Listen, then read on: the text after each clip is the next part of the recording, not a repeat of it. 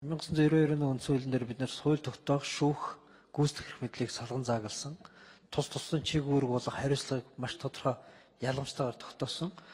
Гэтэл улсын их хурл өөрийн баталж байгаа хууль тогтоомжоо хэвлэх хариуцлага, шүүхийн байгууллагууд, засгийн газар ил тод байдлыг хангах, мэдээллийг иргэдэд өгөх тэр чиглэлтэй холбоотой одоо эрх мэдлээ гэдэг юм чиглэлгээ улсын их хурлын 5 газар дээр үүрэлцсэн байсан.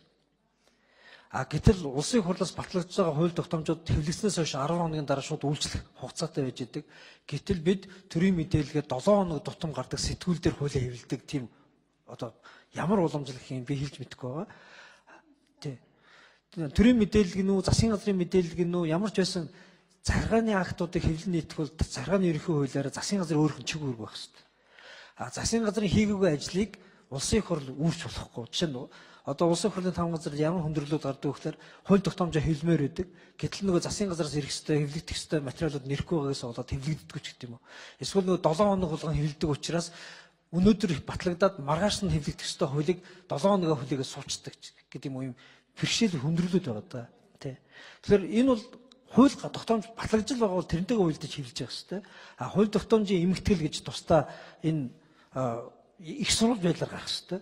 Монгол улсын шүүхтэр өнөөдөр ямар практик тогтсон бэ гэхлээр Монгол улсын шүүхтэр хууль тогтоомжоор одоо хэрэг маргаанаа шийдэх биш, төрийн мэдээлэл гэдэг сэтгүүлээр хэрэг маргаанаа шийдээд шүү дээ одоо сүүлдээ.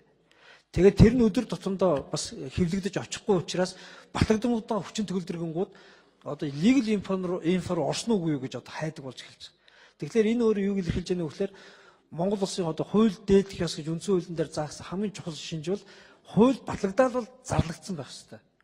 Үйлчлэх гэж байгаа бол зарлагдаагүй хуулийг одоо шүүх хэрэгжилж болохгүй. Гэтэл хуулийн дээр маш олон залтан дээр батлагдсан өдрөөс хүчин төгөлдрөгөө зарлцдаг.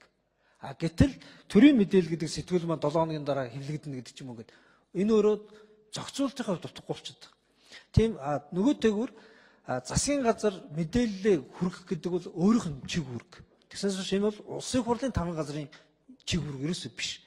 Тэгэхээр энийг бид бас салгаж зааглаж зохион байгуулалтанд оруулах хэрэгтэй.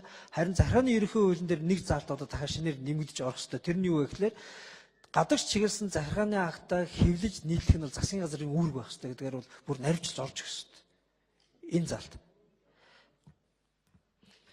Бид харин яг энэ дэлмийг ашиглаад хэлэхэд энэ хууль тогтоомжийн эмгэгтэл бий болж байгаатай холбоотойгоор улсын их хурлын тухай хуулийн 43 дугаар зүйл дээр бид бол хоёр дахь хэлэлцүүлгээр бол дагаж хууль нийцүүлэх байдлаар хуулиудаа бол бас хууль зүйн байнгын орооноос өргөн одоо засаж оруулах ёстой шүү гэдгийг бол бас протоколд үлдээж хэлж байна.